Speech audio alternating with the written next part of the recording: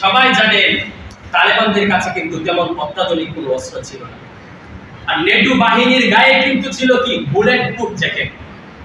তারা তো কোটি কোটি টাকা, বিলিয়ন টাকা ব্যয় করে এই যুদ্ধ অস্ত্রগুলো তারা সংগ্রহ করেছে, কিন্তু আফগানের তালেবানদের হাতে তো এত কোটি টাকা।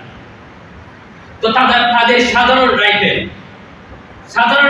সাধারণত যুক্তিসঙ্গত কথা হলো এই বুলেট প্রুফ জ্যাকেট ছিদ্র করে ভিতরে যাবে না, কিন্তু মুজাহিদদের তাদের বাড়ি হলো আমরা যখন দুশমনকে টার্গেট করে আল্লাহু আকবারের ধ্বনিতে এই গোলা বর্ষণ করেছি, এই গোলা তখন এই বুলেট প্রুফ জ্যাকেট ছিদ্র করে তাদের বুককে ঝাঁঝরা করে উপর দিক দিয়ে ভাই হয়ে গেছে। আল্লাহু আকবার, আল্লাহু আকবার। আল্লাহ তাআলার খোদাই বলন, এগুলো আমাদের ঈমান বৃদ্ধি করে। এই ঘটনাগুলো যখন আমরা শুনি, যখন আমরা এবার শুনেন, আমরা শুনলে যখন আমাদের ঈমান বৃদ্ধি হয়, আর যারা সশরীরে উপস্থিত থেকে দেখে যে মুজাহিদরা, তাদের ঈমানি হালত কেমন হয়।